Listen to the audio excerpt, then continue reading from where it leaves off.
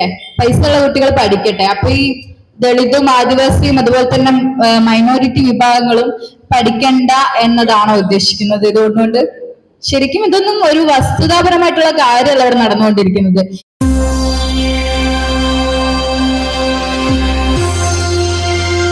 ഇന്ന് രാജ്യത്താകമാനം പരിശോധിച്ചു കഴിഞ്ഞാൽ മുഴുവൻ ജനങ്ങളും വിദ്യാഭ്യാസത്തെ സ്നേഹിക്കുന്ന, സാമൂഹ്യ പുരോഗതി ആഗ്രഹിക്കുന്ന മുഴുവൻ ആളുകളും save education, save humanity, save culture എന്ന മുദ്രാവാക്യത്തിലേക്ക് ഐക്യപ്പെടേണ്ടുന്ന ഒരു സന്ദർഭമാണ്.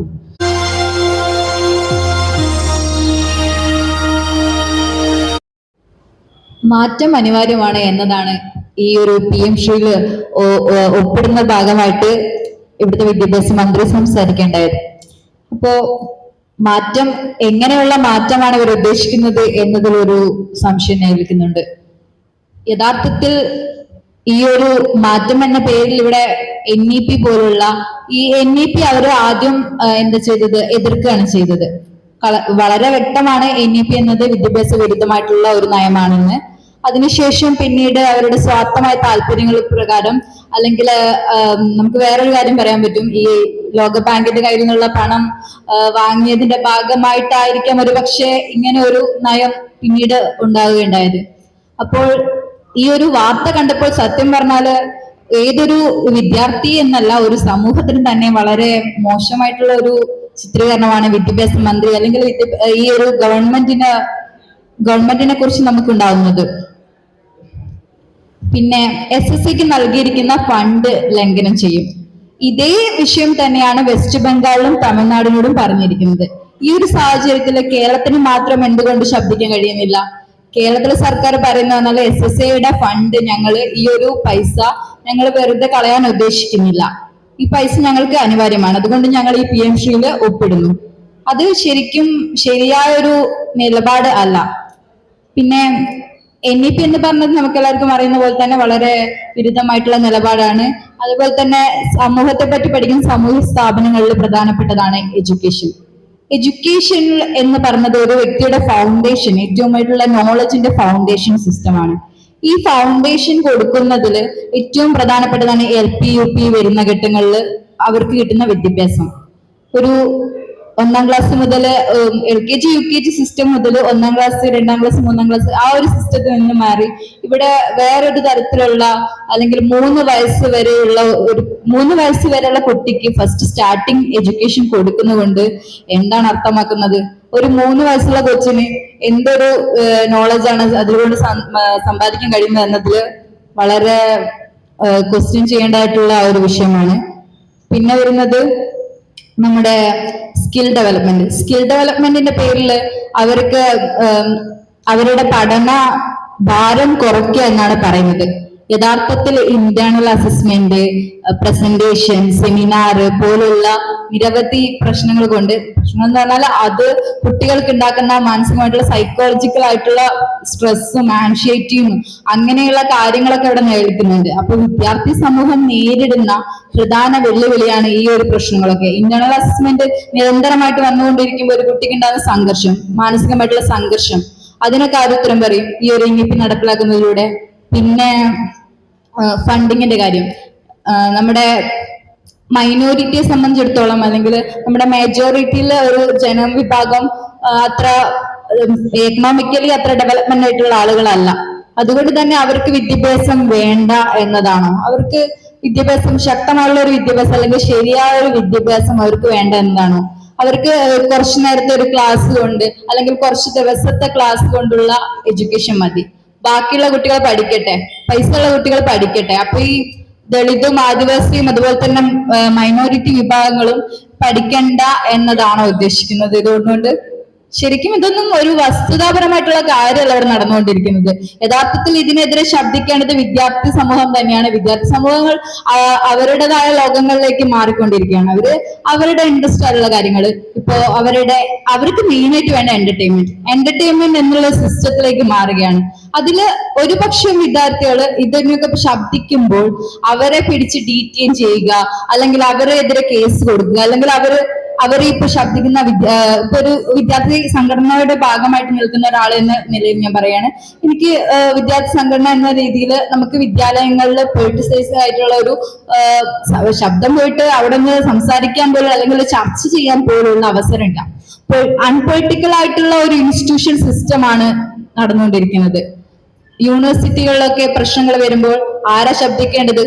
വിദ്യാർത്ഥി സമൂഹവും അധ്യാപക സമൂഹവുമാണ് ഇതിൽ ഇടപെടേണ്ടത്. അവര് നിശബ്ദമാകുമ്പോൾ എന്തു ചെയ്യും? ഈ കഴിഞ്ഞ ദിവസം ഒരു NEP സെമിനാർ ഉണ്ടായി. NEP സെമിനാർ അല്ല, നാഷണൽ സെമിനാർ, ഞങ്ങളുടെ കോളേജിൽ നടത്തിയിട്ടുള്ള ഒരു നാഷണൽ സെമിനാർ.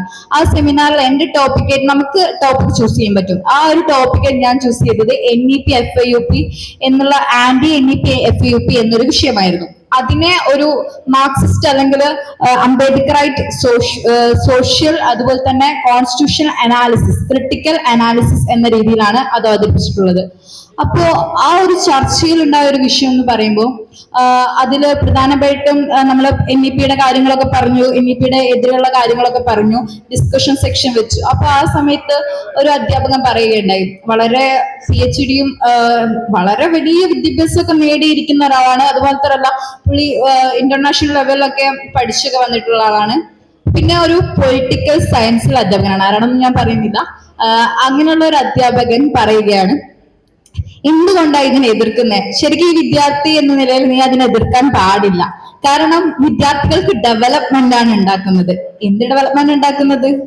ഇതൊരു ഡെവലപ്മെന്റ് അല്ല ശരിക്കും പറഞ്ഞാൽ. ഇത് എന്ത് തരത്തിലുള്ള ആർക്ക് ഡെവലപ്മെന്റ്, വിദ്യാർത്ഥിയിൽ ഏത് സമൂഹത്തിലുള്ള ഡെവലപ്മെന്റ് എന്നുള്ള ഒരു കാര്യം വരുന്നുണ്ട്. അപ്പോ അവര് പറഞ്ഞെന്ന് പറഞ്ഞാല് നമുക്ക് പുറത്തൊക്കെ പോയി വിദ്യാഭ്യാസം നേടുമ്പോ ഈ ഒരു NEP വളരെ ഉപകാരപ്പെടും. ഏത് തരത്തിലാണ് ഉപകാരപ്പെടുന്നത്? NEP 4 ഇയർ കോഴ്സ് ആവുമ്പോൾ അതൊരു അമേരിക്കൻ സിസ്റ്റത്തിന്റെ സ്റ്റൈലാണ്. അപ്പൊ നമുക്ക് സുഖമായിട്ട് അവിടെ പഠിക്കാൻ പറ്റും, വേറെ പ്രശ്നങ്ങളൊന്നും ഉണ്ടാവില്ല എന്നൊക്കെ സംസാരിച്ചു. ഞാൻ ചോദിച്ചു, ഇവിടെ എത്ര പേര് ഫോറിനിൽ പോയി പഠിക്കുന്നുണ്ട്? മെജോറിറ്റി നോക്കിക്കഴിഞ്ഞാൽ മൈനോറിറ്റി മിനിമം ഒരു മൈന്യൂട്ട് ലെവലിലാണ് ഫോറിനിൽ പോയി പഠിക്കുന്നത്. ഫോറിനിൽ ലേബേഴ്സ് ആയിട്ട് കുറെ പേരുണ്ട്, പക്ഷെ എഡ്യൂക്കേഷൻ എന്ന സിസ്റ്റത്തില് അത്ര പേരില്ല. നമുക്ക് അത് അനാലിസിസ് ചെയ്യുമ്പോൾ കറക്റ്റ് മനസ്സിലാവും അത്രയും പേര് ഫോറിനിൽ പോയി പഠിക്കുന്നില്ല എന്നതാണ് നമ്മുടെ ഒരു സിസ്റ്റത്തിലെ. അത് എന്താന്ന് വെച്ചാൽ അവരുടെ എക്കണോമിക്കൽ ഇഷ്യൂസ് ഉണ്ട്, പിന്നെ അതുപോലെ തന്നെ അവിടെ യാത്രകൾ പല പ്രശ്നങ്ങളും ഉണ്ട്. എക്കണോമിക്കൽ തന്നെ മെയിൻ ആയിട്ടുള്ള ഇഷ്യൂ. അപ്പൊ സാർ എന്നോട് പറഞ്ഞു, നമ്മൾ ഇതിനൊന്നും എതിർക്കാൻ പാടില്ല. ഓക്കെ, നീ പറഞ്ഞതിനൊക്കെ ഞാൻ സപ്പോർട്ട് ചെയ്യുന്നു, നീ പറഞ്ഞതല്ല ശരിയായി. ഞാൻ AFRT all India forum for right to education എന്ന് പറഞ്ഞിട്ടുള്ള അവരുടെ ഡ്രാഫ്റ്റിന്റെ ഭാഗമായിട്ടാണ് ഈ ഒരു അനാലിസിസ് അവിടെ റിപ്പോർട്ട് ചെയ്യുക. അതിന്റെ ഒരു റെഫറൻസ് എടുത്തുകൊണ്ടാണ് ചെയ്തിരിക്കുന്നത്. അപ്പൊ അതിൽ കറക്റ്റ് കാര്യങ്ങൾ NEPനെ എതിർക്കുന്നൊക്കെ കറക്റ്റ് അവര് സപ്പോർട്ട് ചെയ്തു. ഓക്കെ ശരി, നീ പറഞ്ഞൊക്കെ സക്സസ് ആണ്. പക്ഷേ ഞാനൊരു കാര്യം ചോദിക്കട്ടെ, മാർക്സിന്റെ വാദം വളരെ ശരിയാണ്, പക്ഷെ മാർക്സ് പറയുന്നത് ഇന്നത്തെ സമൂഹത്തിൽ പ്രായോഗികമാണോ? അപ്പൊ ഞാൻ ശരിക്കും പറഞ്ഞാൽ ഒരു ക്വസ്റ്റ്യനേർ നിൽക്കുക, എന്താ ഈ സാറെന്താ ഇങ്ങനെ പറയുന്നത്? ഒരു പൊളിറ്റിക്കൽ സയൻസിലെ അധ്യാപകനാണ് പറയുന്നത്. അപ്പൊ ഈ പൊളിറ്റിക്കൽ സയൻസ് പഠിക്കുന്ന ഒരാൾക്ക് മാർക്സിനെ പറ്റിയുള്ള ചരിത്രം അറിയാണ്ടിരിക്കില്ല. മാർക്സ് പറഞ്ഞത് ശരിയാണെന്ന് നമുക്ക് സമൂഹം വിലയിരുത്തുമ്പോൾ മനസ്സിലാവും. മാർക്സ് പറഞ്ഞ പല കാര്യങ്ങളും ഇന്നും നമുക്ക് പ്രായോഗികമായിട്ടുള്ള കാര്യങ്ങളാണ് പറയുന്നത്. അപ്പോ പിന്നെ വേറെ കാര്യം, ചൈന ഇപ്പൊ പെട്ടെന്ന് കമ്മ്യൂണിസ്റ്റുകളിലേക്ക് മാറി, മാർക്സിസ്റ്റ് അനാലിസിസ് ആണല്ലോ നടക്കുന്നത്. അപ്പോ പെട്ടെന്ന് പറഞ്ഞു ചൈനയുടെ സിറ്റുവേഷൻ എന്താ? എഡ്യൂക്കേഷൻ നോക്കുമ്പോൾ ചൈന വളരെ ഇതാണോ, സെറ്റാണോ, അല്ലെങ്കിൽ റെവല്യൂഷണറി രീതിയാണോ, മാവോ പറഞ്ഞ രീതിയാണോ എന്നൊക്കെ ചോദിച്ചു. അപ്പൊ പിന്നെ ഞാൻ പറഞ്ഞു, ചൈന ഇന്ന് കമ്മ്യൂണിസ്റ്റ് രാഷ്ട്രം ആരാ പറഞ്ഞെന്ന് ചോദിച്ചു. അപ്പൊ സാറ് എന്നെ നോക്കി. സിമ്പിൾ ആയിട്ട് നമുക്ക് അടുത്ത ഉത്തരം എന്താ പറയേണ്ടെന്നുള്ളൊരു പെട്ടെന്ന് നാഷണൽ സെമിനാറാണ്, വലിയ ഓഡിയൻസ് ആണ്, പിന്നെ പ്രിൻസിപ്പൾ അടക്കം ഇരിക്കുന്നുണ്ട്. ഫസ്റ്റത്തെ സെക്ഷനിൽ എനിക്ക് ഭയമൊന്നും ഉണ്ടായിരുന്നില്ല. എന്റെ അഭിപ്രായം എന്താണോ അത് അവിടെ പറയാ, അത്രേ ഉണ്ടായിരുന്നുള്ളൂ. ആ ഒരു നിലപാട് നിന്നിട്ടാണ് ഞാൻ സംസാരിക്കുക ചെയ്തത്. അപ്പോ സാറ് പറഞ്ഞു ചൈന അങ്ങനെയല്ല, ഞാൻ പറഞ്ഞു ചൈന ഇപ്പൊ ഒരു ക്യാപിറ്റലിലേക്ക് സിസ്റ്റത്തിലേക്ക് മാറിക്കൊണ്ടിരിക്കുകയാണ്, സാർ അത് അറിഞ്ഞില്ലേന്ന് ചോദിച്ചു. അപ്പോ സാറ് എന്നോട് പറഞ്ഞു, അപ്പൊ നീ പറഞ്ഞതൊക്കെ തെറ്റിപ്പോയി. ഞാൻ പറഞ്ഞത് ഈ നിമിഷം വരെ അത് സെമിനാർ എന്നതിലുപരി ഡിബേറ്റ് സെക്ഷനായി മാറി. വെറും 5 മിനിറ്റ്സ് ആയിരുന്നു ഒരു കുട്ടിക്ക് അലോട്ട്മെന്റ് ചെയ്തത്, പക്ഷെ എന്റേത് 5 മിനിറ്റ്സ് കൂടുതലായിട്ട് 25 മിനിറ്റ്സ് അങ്ങനെ പോയിട്ടുണ്ട്. സാറ് പറഞ്ഞൊക്കെ അവൾ സംസാരിക്കട്ടെ, കാരണം സാർക്ക് വിദ്യാർത്ഥികളോട് NEP തെറ്റാണെന്ന് ഞാൻ പറയുന്ന ഒരു ഡിസിഷനിൽ എത്തണം. പക്ഷെ ഞാനത് വിട്ടുകൊടുക്കാൻ തയ്യാറായിരുന്നില്ല. നമ്മൾ നമ്മുടെ നിലപാട് ഇപ്പം സാറ് പറഞ്ഞു കൺക്ലൂഡ് ചെയ്യുക, അതായിരിക്കും കുറച്ചുകൂടെ ബെറ്റർ എന്ന് പറഞ്ഞ രീതിയിൽ അത് അവിടെ കൺക്ലൂഡ് ചെയ്തു. അപ്പോ ഇനി അടുത്ത FIUP വന്നപ്പോ 4 ഇയർ പ്രോഗ്രാം കൊണ്ട് വിദ്യാർത്ഥികൾക്ക് വലിയ ഉപകാരമൊന്നുമില്ല. പിന്നെ അത് മാത്രമല്ല എക്സിറ്റ് സംവിധാനം, ആ ഒരു ഇതിൽ മൈനോറിറ്റീനെ പൂർണ്ണമായിട്ടും പുറന്തള്ളുന്ന ഒരു രീതിയാണ്. പിന്നെ സ്കോളർഷിപ്സ്, ആ ഒരു ഇഷ്യൂ പറഞ്ഞു. അപ്പൊ അതിലും നമുക്ക് എന്താ പറയാ മൈനോറിറ്റിന്റെ സ്കോളർഷിപ്പ് ലിങ്ക് ചെയ്യുന്നു. അവരെ ബാൻ ചെയ്തുകൊണ്ട് സ്കോളർഷിപ്പ് അവിടെ റിമൂവ് ചെയ്യുന്നതുകൊണ്ട് അവർ ഉദ്ദേശിക്കുന്ന മതി ഇവരെ ഒരു മുസ്ലിം വിരോധ മനോഭാവം ഉണ്ടല്ലോ, അതാണ് അവിടെ പ്രകടമാവുന്നത്. ഈ ഒരു മുസ്ലിം ന്യൂനപക്ഷങ്ങൾക്കുള്ള സ്കോളർഷിപ്പ് റദ്ദ് ചെയ്യുന്നതുകൊണ്ട് അതാണ് ഉദ്ദേശിക്കുന്നത്. പിന്നെ ഈ ഗ്രാൻസ് വെട്ടിക്കുറച്ചു. ഈ ഗ്രാൻസ് എന്നൊക്കെ പറഞ്ഞാൽ SC/ST സ്റ്റുഡൻസിനൊക്കെ സംബന്ധിച്ചിടത്തോളം ഈ ഗ്രാൻസിന്റെയും അതുപോലെ തന്നെ SC/ST ഹോസ്റ്റൽസ് അതിന്റെയൊക്കെ ഉപകാരം അവർക്ക് വളരെയേറെ പ്രധാനമുള്ളത്. കാരണം എക്കണോമിക്കൽ അവരുടെ ഡെവലപ്മെന്റ് ഒന്നല്ല, ഈവൻ ഒരു കാസ്റ്റ് ബേസ്ഡ് ആയിട്ട് പറയുകയല്ല എങ്കിൽ പോലും കാസ്റ്റ് ബേസ്ഡ് ആയിട്ട് നോക്കുകയാണെങ്കിൽ SC/ST കാറ്റഗറി വരികയാണെങ്കിൽ അവർ അത്ര ഡെവലപ്മെന്റ് ആയിട്ടുള്ള എക്കണോമിക്കൽ ലെവലിലൊന്നും ഉള്ളത്. അതിന്റെ കാരണം എന്ന് വെച്ചാൽ ഇവിടുത്തെ സ്റ്റേറ്റ് സൊസൈറ്റി തന്നെയാണ്.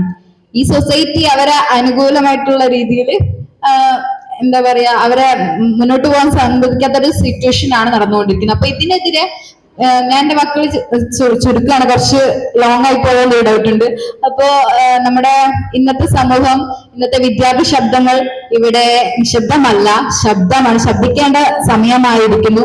ഇനി നമുക്ക് കാത്തു നിൽക്കേണ്ട ആവശ്യമൊന്നുമില്ല, കാരണം നമുക്ക് ശബ്ദിക്കേണ്ട സമയം എത്തിക്കഴിഞ്ഞു. ഇനിയിപ്പോൾ അവര് എന്ത് മറ്റേ DTM അല്ല എന്ത് വന്നാലും നമ്മൾ അതിനൊക്കെ മുന്നോട്ട് പോയി പ്രതികരിച്ചുകൊണ്ട് മുന്നോട്ട് തന്നെ പോകുമെന്ന് ഉറച്ചു പറഞ്ഞുകൊണ്ട് ഞാൻ എന്റെ വാക്കുകൾ ഉപസംഹരിക്കുന്നു.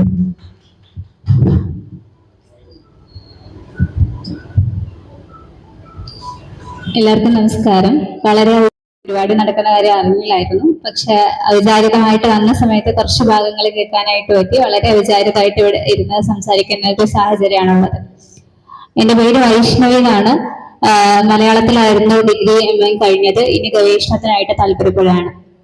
ഇപ്പോ ദേശീയ വിദ്യാഭ്യാസ നയം 2020 അവതരിപ്പിക്കപ്പെടുമ്പോൾ +2 കാലഘട്ടം കഴിഞ്ഞ് അതിന്റെ കരട് വരുന്ന സമയത്ത് +2 കാലഘട്ടം കഴിഞ്ഞ് ഡിഗ്രിയിലേക്ക് കടക്കുന്ന ഒരു കാലഘട്ടത്തിൽ എല്ലാ വിദ്യാർത്ഥികളെയും പോലെ വളരെ ആശങ്കയോടുകൂടി തന്നെ നോക്കിക്കണ്ട എന്താണ് ഇവിടെ സംഭവിക്കുന്നത്. അതുവരെയുള്ള ഒരു വിദ്യാഭ്യാസ ഘടന, നമ്മൾ കണ്ട് കേട്ടും അറിഞ്ഞു വന്നിട്ടുള്ള ഒരു വിദ്യാഭ്യാസ ഘടന പൂർണ്ണമായിട്ടും മറ്റൊരു ദിശയിലേക്ക് കടക്കുന്നു എന്ന് പറയുന്ന സമയത്ത് അത് ഏത് രീതിയിലേക്ക് മാറുന്നു എന്ന ആശങ്കയോടെ കണ്ടിട്ടുള്ള ഒരു വിദ്യാർത്ഥി തന്നെയാണ് ഞാൻ.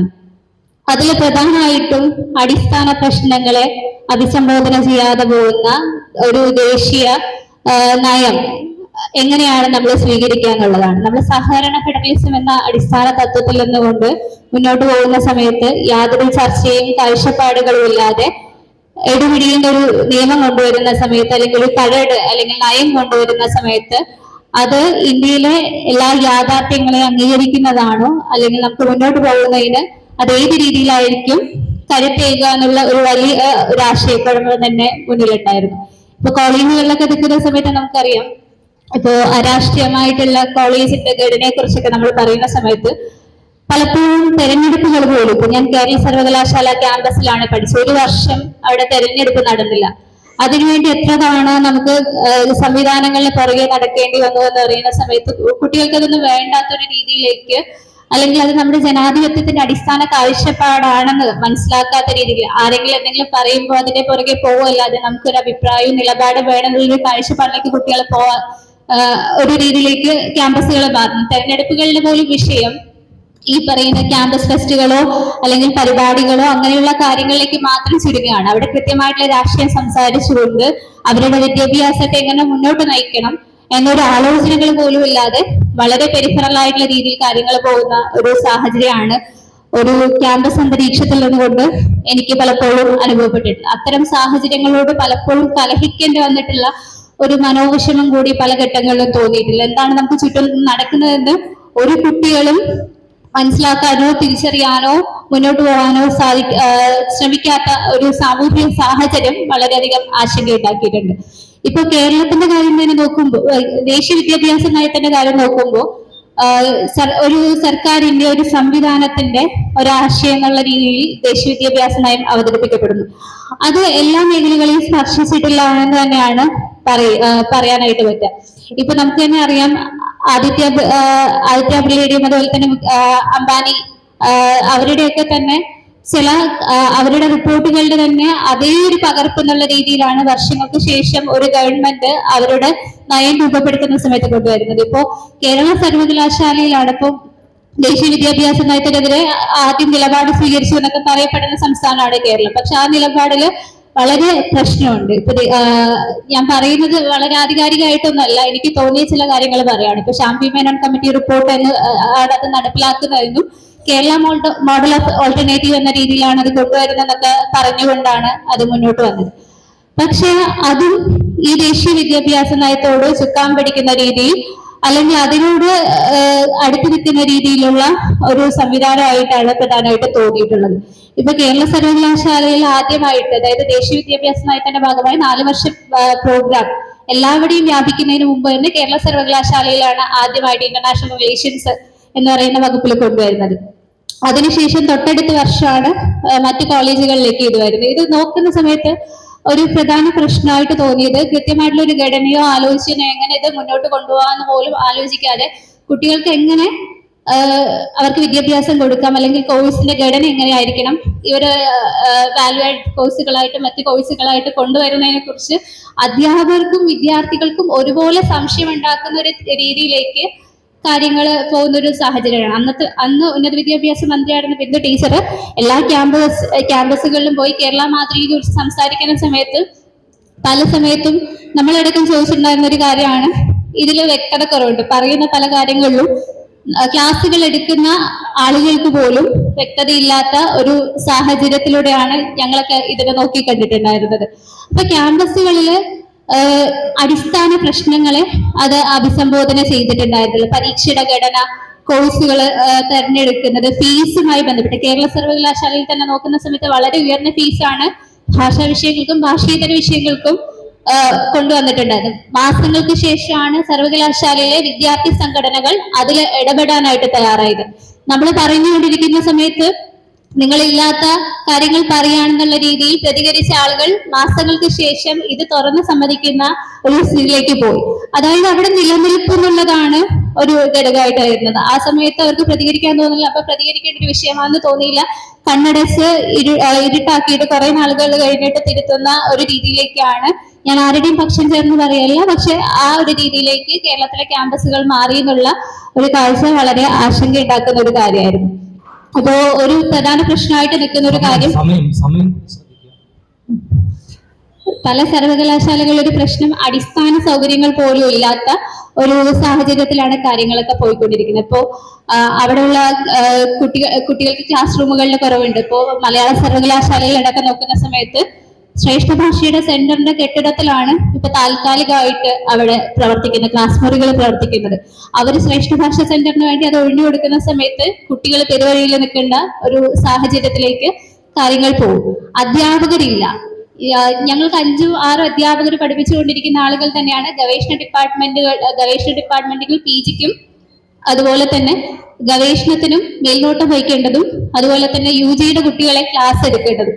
അപ്പൊ അത്തരം രീതിയിലേക്ക് കാര്യങ്ങൾ പോകുന്ന സമയത്ത് ഇപ്പൊ നിയമനങ്ങൾ പോലും നടക്കാത്ത സാഹചര്യമുണ്ട്. ഭാഷാ വിഷയങ്ങളുടെ കാര്യത്തിൽ MG സർവകലാശാലയുടെ മുന്നിൽ സമരം ചെയ്ത ആളുകളിൽ ഒരാൾ എന്നുള്ള നിലയിൽ പറയാം. അപ്പൊ സൗന്ദര്യാത്മക വിദ്യാഭ്യാസത്തെയും മാനവിക മൂല്യങ്ങളെയും ജനാധിപത്യ കാഴ്ചപ്പാടുകളെയും ഒന്നും തന്നെ മുന്നോട്ട് വെക്കാത്ത ഒരു വിദ്യാഭ്യാസ നയം അവതരിപ്പിക്കപ്പെടുന്ന സമയത്ത് അതിൽ പ്രതികരിക്കേണ്ടത് ഇപ്പോ ഈ എന്റെ മുന്നിൽ ഇരിക്കുന്ന ആളുകൾ തന്നെ നോക്കുന്ന സമയത്ത് എത്ര പേര് ഇതിന്റെ ഉപഭോക്താക്കളായിട്ടുള്ള അധ്യാപകരോ വിദ്യാർത്ഥികളോ ഇത് ചോദ്യം ചെയ്യാനായിട്ട് മുന്നിൽ വരുന്നതെന്നുള്ളതാണ് പ്രധാനമായിട്ടും ഉന്നയിക്കാനുള്ള കാര്യം. ഈ പാനൽ ചർച്ചയുടെ അധ്യക്ഷൻ, പ്രിയമുള്ളവരെ, എൻ്റെ പേര് അപർണ. ഞാൻ all India democratic students organisation AIDSOയുടെ സംസ്ഥാന സെക്രട്ടറിയാണ്. ഇന്ന് ഇവിടെ വന്നതിന് ശേഷം ശ്രമിക്കാൻ കഴിഞ്ഞ ചർച്ചകളിൽ നിന്നും നമ്മൾ ഈ കൺവെൻഷൻ ഉയർത്തുന്ന മുദ്രാവാക്യത്തിന്റെ അതിന്റെ അടിസ്ഥാന പ്രശ്നം അത് എവിടെയാണ് കിടക്കുന്നത് എന്നുള്ളത് വളരെ വ്യക്തമായിട്ടുണ്ട്. അതിന്റെ മൂല കാരണം നമ്മൾ ശാസ്ത്രീയമായി അതിനെ സമീപിക്കുമ്പോൾ എവിടെയാണ് അതിന്റെ മൂലഹേതു കുടികൊള്ളുന്നത് എന്ന് നമുക്ക് എല്ലാവർക്കും വ്യക്തമായി മനസ്സിലാക്കാൻ കഴിഞ്ഞു. ഇവിടെ ജ്യോതിരാജ് സാറ് സംസാരിച്ചപ്പോൾ NEP ഉള്ളടക്കത്തെ പറ്റി പറഞ്ഞു. എവിടെയാണ് വളരെ പിൻ പോയിന്റഡ് ആയിട്ട് എന്ത് തകർക്കാനാണ് അവർ ലക്ഷ്യം വെക്കുന്നതെന്ന് പറഞ്ഞു. തുടർന്ന് രാജൻ ചെറുകാട് സാർ സംസാരിച്ചു. തുടർന്ന് ഇങ്ങോട്ട് സംസാരിച്ച മുഴുവൻ ആളുകളും വളരെ ശാസ്ത്രീയമായി ഈ പ്രശ്നത്തെ എങ്ങനെ നമുക്ക് അവലോകനം ചെയ്യാം എന്നതിലേക്ക് വെളിച്ചം വീശി. അപ്പോൾ ഇവിടെ നമ്മളുടെ മുന്നിൽ അവശേഷിക്കുന്ന കാര്യം, ഇതിന്റെ പരിഹാരം എന്താണ്, അല്ലെങ്കിൽ നമ്മൾ ഏറ്റെടുക്കേണ്ടുന്ന കർത്തവ്യം എന്താണ്, സാഹചര്യവും സമൂഹവും ആവശ്യപ്പെടുന്നത് എന്താണ് എന്നുള്ളതാണ്. അത്തരം കാര്യങ്ങളിലേക്കും ചർച്ചകൾ നീണ്ടിരുന്നു. ഇതിനു മുൻപ് നമ്മുടെ സംസ്ഥാനത്തും ഇന്ത്യയിലും എല്ലാം നടന്നിട്ടുള്ള പ്രക്ഷോഭങ്ങളെ പറ്റി ഇവിടെ പരാമർശിക്കപ്പെട്ടു. DPP വന്നപ്പോൾ ജസ്റ്റിസ് VR കൃഷ്ണയ്യരുടെ നേതൃത്വത്തിൽ എങ്ങനെയാണ് കേരള സമൂഹം, കേരളത്തിലെ ജനാധിപത്യ വിശ്വാസികളും വിദ്യാഭ്യാസ സ്നേഹികളും ഒറ്റ മുദ്രാവാക്യം ഉയർത്തിക്കൊണ്ട് ഒരു സമരപാതയിലേക്ക് വന്നത് എന്നതിന്റെ ഉദാഹരണങ്ങളും ഇവിടെ പറയുകയുണ്ടായി. അപ്പോൾ ഇന്ന് രാജ്യത്താകമാനം പരിശോധിച്ചു കഴിഞ്ഞാൽ മുഴുവൻ ജനങ്ങളും, വിദ്യാഭ്യാസത്തെ സ്നേഹിക്കുന്ന, സാമൂഹ്യ പുരോഗതി ആഗ്രഹിക്കുന്ന മുഴുവൻ ആളുകളും save education, save humanity, save culture എന്ന മുദ്രാവാക്യത്തിലേക്ക് ഐക്യപ്പെടേണ്ടുന്ന ഒരു സന്ദർഭമാണ്. വിദ്യാഭ്യാസപരമായി പിന്നോക്കം പോവുക എന്ന് പറഞ്ഞു കഴിഞ്ഞാൽ സ്വാഭാവികമായും ഒരു രാജ്യം സാംസ്കാരികമായ അതിന്റെ നട്ടെല്ല് തകർക്കപ്പെടുക എന്നുള്ളതാണ്. ഒരു മൂല്യബോധമുള്ള ഒരു മനുഷ്യനെ സൃഷ്ടിക്കുക എന്നുള്ള വിദ്യാഭ്യാസത്തിന്റെ പരമമായ ലക്ഷ്യം തകർക്കപ്പെടുക എന്നുള്ളതാണ് ഇവരെല്ലാം ഈ നയങ്ങളിലൂടെ എല്ലാം ലക്ഷ്യം വെക്കുന്നത്. അപ്പോൾ അവിടെ ശാസ്ത്രീയവും മതേതരവും ജനാധിപത്യപരവുമായ വിദ്യാഭ്യാസം അത് സ്ഥാപിച്ചെടുക്കുന്നതിന് വേണ്ടിയിട്ടുള്ള, അത് സംരക്ഷിക്കുന്നതിന് വേണ്ടിയിട്ടുള്ള യോജിച്ചുള്ള മുന്നേറ്റങ്ങളാണ് ആവശ്യം. ഇവിടെ സംസാരിച്ച പ്രസാദ് സാർ വിദ്യാർത്ഥി സമൂഹം എന്ത് ചെയ്യുന്നു, അവർക്ക് എന്ത് ചെയ്യാൻ കഴിയുന്നു, ഉത്തരം പറയണം എന്ന ഒരു ചോദ്യം ഉയർത്തിവിട്ടു. ശരിയാണ്, നമ്മൾ പരിശോധിക്കണം. ഈ വിദ്യാഭ്യാസ നയങ്ങൾ, ഈ മാറ്റങ്ങളെല്ലാം ഇവിടെ കൊണ്ടുവന്നപ്പോൾ കഴിഞ്ഞ 3 പതിറ്റാണ്ടിലേറെ ഇവിടെ പല കക്ഷികളും മാറി മാറി ഭരിച്ചിട്ടുണ്ട്, കേന്ദ്രത്തിലും സംസ്ഥാനത്തിലും. അതിപ്പോൾ ഇന്ന് അതിന്റെ ഉഗ്രരൂപമാർജിച്ച് NEP വന്നു നിൽക്കുമ്പോൾ സംസ്ഥാന സർക്കാർ വളരെ ലാഘവത്തോടുകൂടി ഫണ്ട് എന്നുള്ള ഒരൊറ്റ കാര്യം പറഞ്ഞ് മന്ത്രിസഭയെ പോലും മറികടന്ന് അല്ലെങ്കിൽ മുന്നണി മര്യാദകൾ ലംഘിച്ചുകൊണ്ട് അതിൽ ഒപ്പിടുമ്പോൾ കേന്ദ്രത്തിൽ പാർലമെന്റിനെ ബൈപ്പാസ് ചെയ്ത് NEP പാസാക്കിയ BJP ഗവൺമെന്റിൽ നിന്ന് എന്ത് വ്യത്യാസമാണ് നമുക്ക് കാണാൻ കഴിയുന്നത്? അപ്പോൾ ഇതിനെ ചോദ്യം ചെയ്യുവാൻ ഇവിടുത്തെ വിദ്യാർത്ഥി സംഘടനകൾക്ക്, മുഖ്യധാര വിദ്യാർത്ഥി സംഘടനകൾക്ക് കഴിഞ്ഞിട്ടുണ്ടോ? ഇവിടുത്തെ ഭരിക്കുന്ന പാർട്ടികളുടെ പാർലമെന്ററി താല്പര്യങ്ങൾക്ക് അനുസരിച്ച് പ്രവർത്തിക്കുക എന്നുള്ള വളരെ ചുരുങ്ങിയ ഒരു ലക്ഷ്യത്തിലേക്ക് അവരും കൂപ്പുകൂട്ടുന്ന കാഴ്ചയാണ് നമ്മൾ കണ്ടത്. VC നിയമന വിഷയത്തിൽ നമ്മൾ കണ്ടതാണ്. BJPയോട് വളരെ വലിയ പോരടിച്ചുകൊണ്ടിരിക്കുകയായിരുന്നു ഇവിടുത്തെ SFI ഉൾപ്പെടെയുള്ള വിദ്യാർത്ഥി സംഘടന, SFI പ്രധാനമായും. പക്ഷെ നമ്മൾ കണ്ടത് എന്താണ്? അവർ തമ്മിലൊരു സമവായത്തിലെത്തിയപ്പോൾ ഒരു അക്ഷരം ഉരിയാടുവാൻ അവർക്ക് കഴിഞ്ഞിട്ടില്ല. അപ്പോൾ ഈ പറ്റി നോക്കിക്കഴിഞ്ഞാൽ ഇവിടുത്തെ വിദ്യാർത്ഥി സംഘടനകൾ വളരെ ആസൂത്രിതമായി തന്നെ ഭരിക്കുന്ന പാർട്ടികളുടെ പാർലമെന്ററി താല്പര്യങ്ങൾക്ക് നിരക്കുന്ന വിധത്തിൽ അവരുടെ പ്രവർത്തനങ്ങളിലൂടെ അത് നേടിക്കൊടുക്കുകയാണ് ചെയ്തിട്ടുള്ളത്. ക്യാമ്പസുകളെ അക്രമവൽക്കരിച്ചു, അതിപ്പോൾ അരാഷ്ട്രീയവൽക്കരണത്തിൽ എത്തി നിൽക്കുന്നു. ഇവിടെ നമ്മളുടെ ARSയോട് പ്രതിനിധി പറഞ്ഞു, വിദ്യാർത്ഥികൾക്ക് അവരുടേതായിട്ടുള്ള എന്റർടൈൻമെന്റുകളാണ്. ആരാണ് ക്യാമ്പസുകളെ രാഷ്ട്രീയവൽക്കരിക്കേണ്ടത്? എങ്ങനെയാണ് സാമൂഹ്യ ബോധമുള്ള വിദ്യാർത്ഥികൾ ഉണ്ടായി വരുന്നത്? എങ്ങനെയാണ് സ്വാതന്ത്ര്യ സമര കാലഘട്ടത്തിൽ ഭഗത് സിംഗിനെയും നേതാജി സുഭാഷ് ചന്ദ്രബോസിനെയും ചന്ദ്രശേഖർ ആസാദിനെയും ഒക്കെ പോലെയുള്ള, P.D. ലത വാദ്യദാറിനെയൊക്കെ പോലെയുള്ള സ്വാതന്ത്ര്യ സമര സേനാനികൾ വിദ്യാർത്ഥികളിൽ നിന്ന് ഉദയം ചെയ്തു വന്നത്? അപ്പോൾ അത്തരത്തിൽ ഒരു രാഷ്ട്രീയ അന്തരീക്ഷം സൃഷ്ടിച്ചെടുക്കപ്പെടുന്നില്ല എന്നുള്ളതാണ്. അത് ഭരണാധികാരികൾ ആഗ്രഹിക്കുന്നില്ല, എന്നാൽ അത് മനസ്സിലാക്കിക്കൊണ്ട് ഇവിടുത്തെ വിദ്യാർത്ഥി സംഘടന ആ റോൾ ഏറ്റെടുക്കുന്നില്ല എന്നുള്ളതാണ് ഒരു വളരെ ഖേദകരമായിട്ടുള്ള ഒരു വസ്തു. അപ്പോൾ അവിടെ നമ്മളുടെ മുന്നിൽ അവശേഷിക്കുന്ന കർത്തവ്യം ഒരു തലമുറയെ രക്ഷിച്ചെടുക്കുവാൻ സാമൂഹ്യ ബോധം ഉണ്ടാവണം, രാഷ്ട്രീയ ബോധം ഉണ്ടാവണം, ചരിത്രബോധം ഉണ്ടാവണം. ഇതിലെല്ലാം ഉപരിയായി ശാസ്ത്രീയമായ ചിന്താ പദ്ധതി അത് ആർജിക്കുവാൻ സഹായിക്കണം. അത് ഈ വിദ്യാഭ്യാസത്തിലൂടെ ഇതെല്ലാം തന്നെയാണ് നിരാകരിക്കപ്പെട്ടിരിക്കുന്നത്. അതിന്റെ അനന്തര ഫലങ്ങൾ അനുഭവിച്ചുകൊണ്ടിരിക്കുന്ന, ഇതിന്റെ പ്രോഡക്റ്റ് ആയിട്ടുള്ള ഒരു തലമുറയാണ് ഇന്ന് സമൂഹത്തിൽ നമ്മൾ ഇന്ന് നേരിട്ടുകൊണ്ടിരിക്കുന്നത്. അത് തന്നെയാണ് സാർ ചോദിച്ച ചോദ്യത്തിനുള്ള ഉത്തരം. അതായത് എല്ലാവർക്കും ഭരണകൂടത്തിന്റെ താല്പര്യമാണ് ഇവിടെ നടപ്പിലാക്കപ്പെട്ടുകൊണ്ടിരിക്കുന്നത്. അപ്പൊ അവിടെ നമ്മളെ പോലെയുള്ള ഇത്തരം കൂട്ടായ്മകൾ അത് ചെറുതും വലുതുമായ കൂട്ടായ്മകൾ ഒന്നായി വരണം. പക്ഷെ മുദ്രാവാക്യത്തിൽ നമ്മൾ ഭിന്ന സ്വരങ്ങളായി പോകുവാൻ പാടില്ല. ഇവിടെ പറഞ്ഞ വിദ്യാഭ്യാസത്തിന്റെ അതിൽ നിന്ന് മൂല്യങ്ങൾ മാറ്റി നിർത്തപ്പെട്ടു കഴിഞ്ഞാൽ അത് വളരെ വലിയ അപകടം സൃഷ്ടിക്കും. കാരണം ജർമ്മനിയിൽ ജൂതന്മാരെ കൊന്നൊടുക്കുന്നതിന് വേണ്ടി ഹിറ്റ്ലറിന് വലിയ പരീക്ഷണങ്ങൾ നടത്തി ഏറ്റവും കൂടുതൽ ആളുകളെ കുറഞ്ഞ ചെലവിൽ എങ്ങനെ കൊല്ലാം എന്നുള്ള പരീക്ഷണങ്ങൾ നടത്തി കൊടുത്തിട്ടുള്ളത് വലിയ ശാസ്ത്രജ്ഞന്മാരാണ്. അപ്പോൾ അവിടെ ശാസ്ത്രത്തിൽ നിന്നും മൂല്യങ്ങൾ ഇല്ലാതാക്കപ്പെട്ടു കഴിഞ്ഞാൽ എന്താണ് സമൂഹത്തിൽ സംഭവിക്കാൻ പോകുന്നത്? അപ്പോൾ അതുകൊണ്ട് മൂല്യങ്ങൾ പ്രധാനമാണ്. മൂല്യത്തിൽ അധിഷ്ഠിതമായിട്ടുള്ള സാംസ്കാരിക സദാചാര നൈതിക മൂല്യങ്ങളിൽ അധിഷ്ഠിതമായിട്ടുള്ള ഒരു വിദ്യാഭ്യാസ പ്രക്രിയ അതിന്നത്തെ കാലഘട്ടം ആവശ്യപ്പെടുന്നുണ്ട്. അതിലേക്ക് നമുക്ക് ഒന്നിക്കണം. വളരെ വലിയ ദൂരം നമുക്ക് മുന്നോട്ട് നടക്കേണ്ടതുണ്ട്. അതിൽ കൂടുതൽ കൂട്ടായ വിദ്യാർത്ഥികളും അധ്യാപകരും വിദ്യാഭ്യാസ സ്നേഹികളും ജനാധിപത്യ വിശ്വാസികളും എല്ലാം യോജിച്ചുകൊണ്ടുള്ള മുന്നേറ്റങ്ങൾ ആവശ്യമായിട്ടുണ്ട്. കൂടുതൽ രാഷ്ട്രീയമായ ഉൾക്കാഴ്ചയോടുകൂടി നമുക്ക് ഈ പ്രശ്നത്തെ സമീപിക്കണം. കാരണം കേരളത്തിൽ ഇന്ന് ഭരിച്ചുകൊണ്ടിരിക്കുന്നത് BJP ആണ്. അത് കേവലം മുതലാളിത്ത അജണ്ട മാത്രമല്ല, വർഗീയ അജണ്ടയും നമ്മൾ ഒരേ സമയം ഒരു ഫാസിസ്റ്റ് വിപത്തിനെ കൂടി നമ്മൾ ഇന്ന് അഭിമുഖീകരിച്ചുകൊണ്ടിരിക്കുകയാണ്. അപ്പോൾ നമ്മളുടെ ഉത്തരവാദിത്തം കൂടുതൽ വലുതാണ്.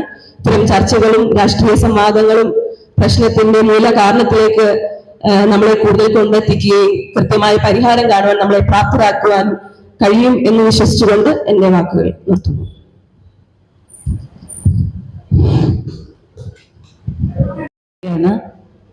NEP-യെ പറ്റി ഇന്ന് രാവിലെ മുതൽ നമ്മൾ കേൾക്കുകയുണ്ടായി. പല വിദഗ്ധരും അധ്യാപകരും നേതാക്കളും ഇവിടെ പ്രസംഗിച്ചു. അതിൻ്റെ പോരായ്മകളും അതുപോലെ തന്നെ അതിലൊളിഞ്ഞിരിക്കുന്ന ഒരു നിശ്ചിത അജണ്ട അത് നമുക്ക് വ്യക്തമായിട്ട് മനസ്സിലാക്കി തന്നു. ഞാൻ ഇതിനൊരു ബദലായിട്ട് കാണുന്നത്, ഇന്ന് നമ്മുടെ രാജ്യത്ത് ഈ വിദ്യാഭ്യാസ അവകാശം എന്ന് പറയുന്നത് എല്ലാ കുട്ടികൾക്കും തുല്യമായിട്ട് നമുക്ക് കൊടുക്കാൻ സാധിക്കുന്നുണ്ടോ? ഇവിടെ CBSE, ICSE അതുപോലെ സ്റ്റേറ്റ് സിലബസ് ഇങ്ങനെ മാറി മാറി സിലബസുകൾ ഈ കുട്ടികള് അവിടെ തരംതിരിക്കുകയാണ് നമ്മുടെ കുട്ടികളെ. അപ്പൊ ഒരു ഡോക്ടറുടെ മകൻ അല്ലെങ്കിൽ മകൾ എവിടെ പഠിക്കണം?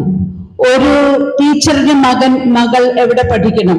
ഒരു കർഷകന്റെ അല്ലെങ്കിൽ ഒരു മത്സ്യത്തൊഴിലാളിയുടെ, ഒരു ആദിവാസിയുടെ അല്ലെങ്കിൽ ഒരു SC/ST സ്റ്റുഡന്റ് എവിടെ പഠിക്കണം?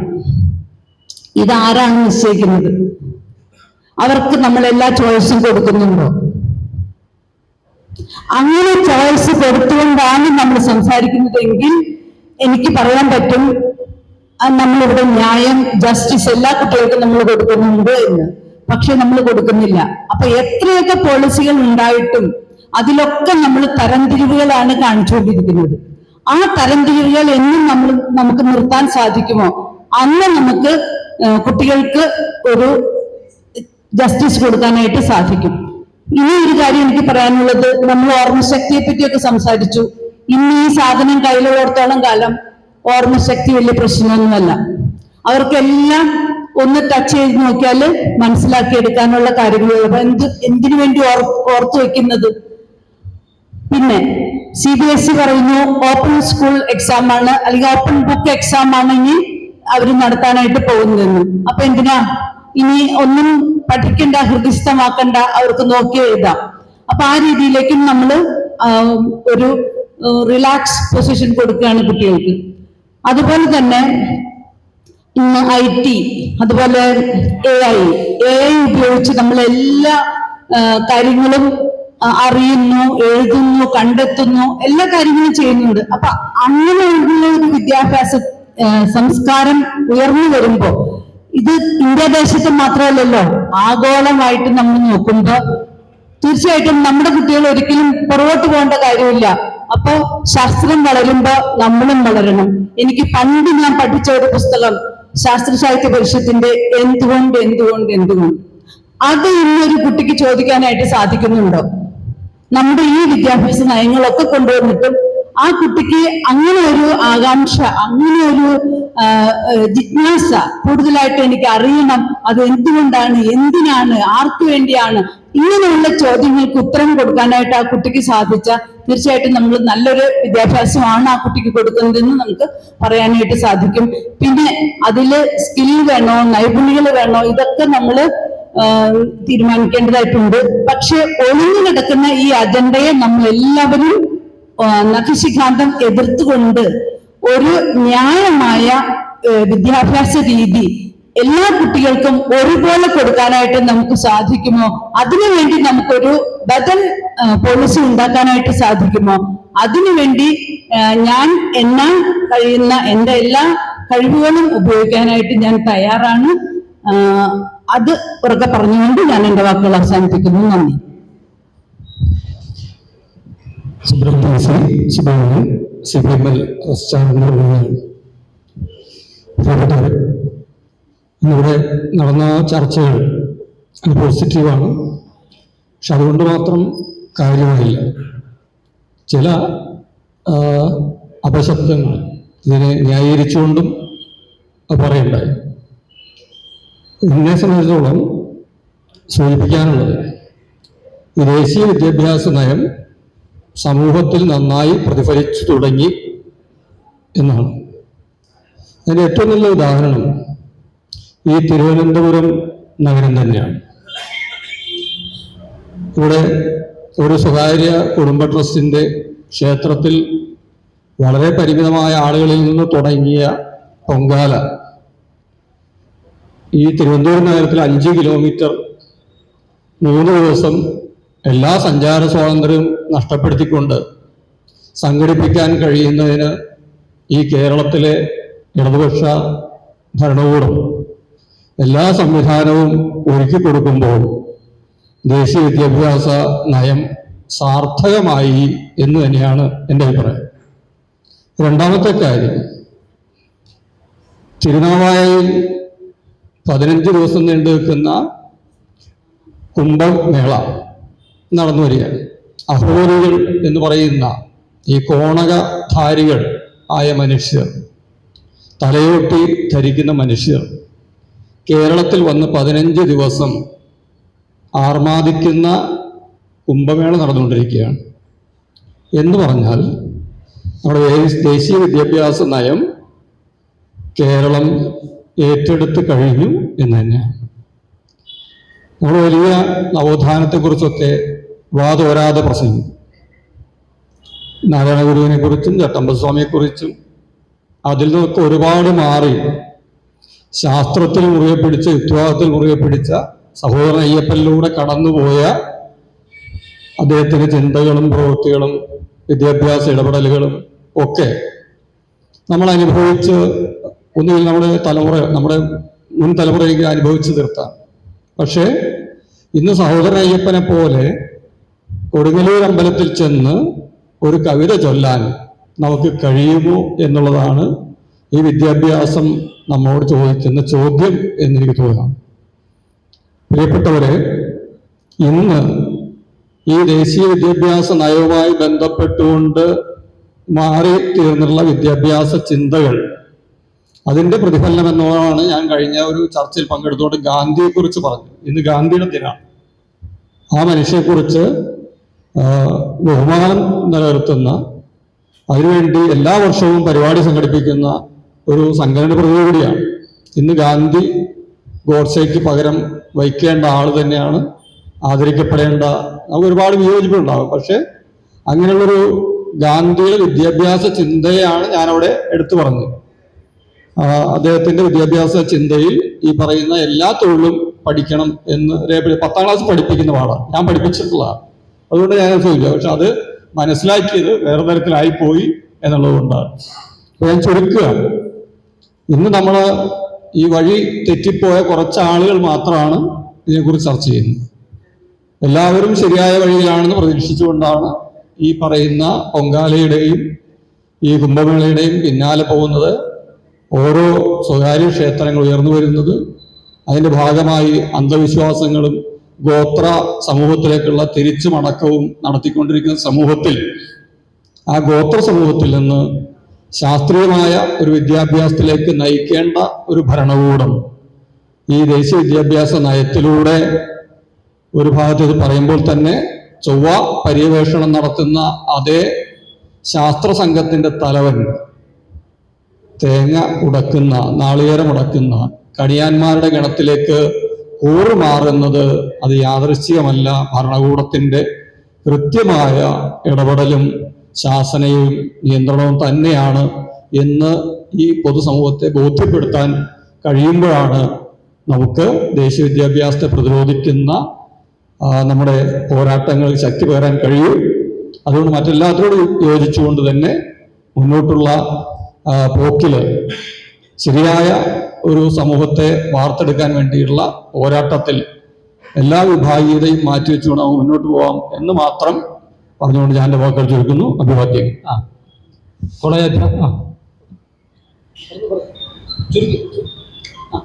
കണ്ടന്റ് മാത്രമേ പറയൂ.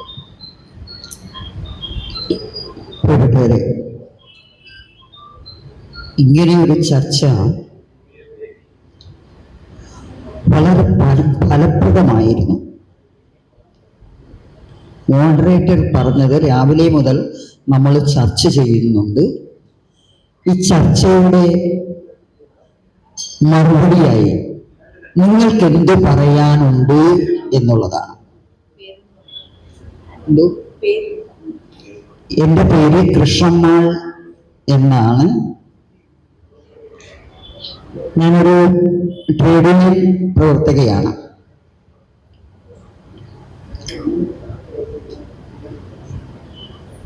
പറയാൻ വന്ന പ്രധാന പോയിന്റ് എൻ്റെ പേര് ചോദിച്ചപ്പോൾ അതിൻ്റെ കൂട്ടത്തിൽ അങ്ങ് പോയി. പിന്നെ പറഞ്ഞുകൊള്ളാം. മുമ്പ് തുടങ്ങിയ പദ്ധതിയായിരുന്നു. ഇന്ത്യയിലെ സ്ത്രീകളെ, വിശേഷിച്ച് കേരളത്തിലെ സ്ത്രീകളെ സ്വാധീനിക്കാൻ രാമായണവും ഭാരതവും എല്ലാം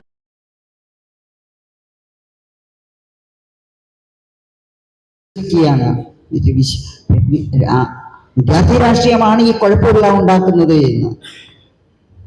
അങ്ങനെ ഓരോ മേഖലയിലും ബോധപൂർവം അവരിടപെട്ടപ്പോൾ ബോധപൂർവം ഇടപെടേണ്ടിയിരുന്ന കേരളത്തിലെ ആയാലും ഇന്ത്യയിലെ ആയാലും തൊഴിലാളി വർഗം മിണ്ടാതിരുന്നു.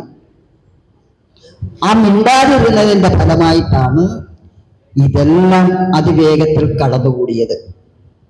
ഇതിന്റെ പ്രധാനപ്പെട്ട എൻ്റെ പോയിന്റ് വരുന്നത്, തൊഴിലാളി വർഗത്തിന് വിലപേശണമെങ്കിൽ, തൻ്റെ അധ്വാനത്തിന്റെ വില ചോദിച്ചു വാങ്ങണമെങ്കിൽ അവൻ എന്തുണ്ടായിരിക്കണം?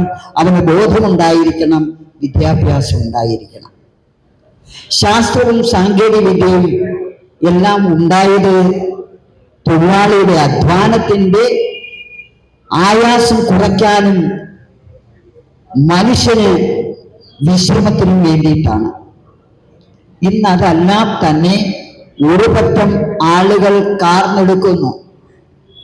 അതാണ് ചുരുക്കി പറഞ്ഞാൽ ഈ വിദ്യാഭ്യാസ നയം ഇങ്ങനെ കൊണ്ടുവന്നത്. അതിനെന്താ പ്രതിവിധി? സ്ത്രീകളെ ബോധ്യപ്പെടുത്തണം, വിദ്യാർത്ഥികളെ ബോധ്യപ്പെടുത്തണം, തൊഴിലാളികളെ ബോധ്യപ്പെടുത്തണം. ഇതിനെല്ലാം തന്നെ ബോധ്യപ്പെടുത്തുവാൻ നമ്മളാകുന്ന ഇടം വരെ താഴെ വരെ പോയി നമ്മൾ ഈ നയത്തിന്റെ തെറ്റായ വശങ്ങളെ ബോധ്യപ്പെടുത്തുകയും അങ്ങനെ തൊഴിലാളികളുടെയും കൃഷിക്കാരന്റെയും വിദ്യാർത്ഥികളുടെയും ഫാക്ടറി തൊഴിലാളികളുടെയും കൂട്ടായ വിലപേശലിൽ കൂടി മാത്രമേ നമുക്കിത് തീർക്കാൻ കഴിയുള്ളൂ. ഇത് തീർക്കാൻ കഴിയും എന്ന പൂർണ്ണ വിശ്വാസമാണ് എനിക്കുള്ളത്. കാരണം ഏത് നിയമവും ഉണ്ടായിട്ടുള്ളത് ഒരു ഗവൺമെന്റും ഫ്രീ ആയി തന്നതല്ല, കൂട്ടായ വിലപേശലിൽ കൊണ്ടാണ്. ആ വിധത്തിലുള്ള ഒരു തീരുമാനം എടുക്കണം എന്ന് മാത്രം പറഞ്ഞുകൊണ്ട് ഞാൻ എൻ്റെ പോയിന്റ് അവസാനിപ്പിക്കുകയാണ്. അതിൻ്റെ ഒരു പരിമിതി ഈ പാനൽ ഡിസ്കഷനിൽ ഉണ്ടായിരുന്നു. എന്നാൽ അത് പറയാതിരിക്കാൻ വയ്യ. പറഞ്ഞ കാര്യങ്ങളൊക്കെ ശരിയാണ്. എല്ലാവരും അവരുടേതായ സ്വതന്ത്രമായ കാര്യങ്ങളാണ് പറഞ്ഞത്.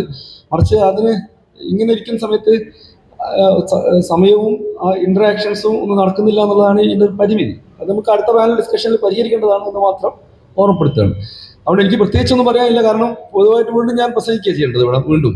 കാരണം നമുക്കൊരു ഒരു ഇന്ററാക്ഷൻ ആയിരിക്കും എനിക്ക് തോന്നുന്നത് സംഘാടകർ ഉദ്ദേശിച്ചിട്ടുണ്ടാകുക പാനൽ ഡിസ്കഷൻ കൊണ്ട്. നേരത്തെ നടന്ന പരിപാടികൾ നമ്മൾ ഏകപക്ഷീയമായി പറഞ്ഞു പോകുന്നതിന് പകരം പരസ്പര ചോദ്യങ്ങൾ ചോദിക്കുകയും അതിന്റെ അടിസ്ഥാനത്തിൽ ചില കാര്യങ്ങളിലേക്ക് എത്തുകയും ചെയ്യുക എന്നായിരുന്നു ഞാൻ ഉദ്ദേശിച്ചത്. ആ അർത്ഥത്തിലാണ് ഞാൻ അവിടെ വന്നിരിക്കുന്നത്. പ്രശ്നമില്ല. ഏതായാലും നമ്മുടെ ഈ പരിപാടിയുടെ തുടർച്ച നിലയ്ക്ക് വീണ്ടും ഇത്തരം പാനൽ ഡിസ്കഷൻ നമുക്ക് കൊണ്ടുവരാൻ പറ്റുമെന്നാണ് തോന്നുന്നു. ഒന്ന് രണ്ട് കാര്യം മാത്രം ഞാൻ സൂചിപ്പിക്കാം. ഒന്ന്, നമ്മൾ ഇവിടെ ഇപ്പോൾ ചർച്ച ചെയ്യുന്ന വിഷയങ്ങൾ ബൃഹത്തായ വിഷയങ്ങളാണ്. എന്ന് പറഞ്ഞാൽ നമുക്ക് ഒരു പാനൽ ഡിസ്കഷനിൽ ഉൾക്കൊള്ളാൻ പറ്റുന്ന വിഷയങ്ങളല്ല. നിലനിൽക്കുന്ന വ്യവസ്ഥിതി, സാമൂഹ്യാവസ്ഥ, ഈ സാമൂഹ്യാവസ്ഥയിൽ എങ്ങനെയാണ് നമ്മൾ വിദ്യാഭ്യാസത്തെയും മറ്റു കാര്യങ്ങളെയും കാണേണ്ടത്.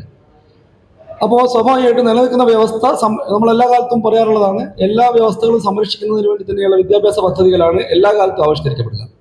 തീർച്ചയായിട്ടും NEP-യും ആ വ്യവസ്ഥാ സംരക്ഷണത്തിന്റെ ഭാഗമായിട്ട് തന്നെയാണ് നിലനിൽക്കുന്നത്. അപ്പോൾ സ്വാഭാവികമായിട്ടും നമ്മൾ പുറത്തു നിൽക്കുന്ന ആളുകൾ എപ്പോഴും ഈ വ്യവസ്ഥയ്ക്കെതിരെ സമരം ചെയ്തുകൊണ്ടിരിക്കും.